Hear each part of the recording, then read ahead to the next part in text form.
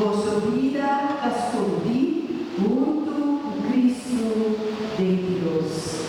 Lectura por carta de San Pablo, la cristiana Colosa.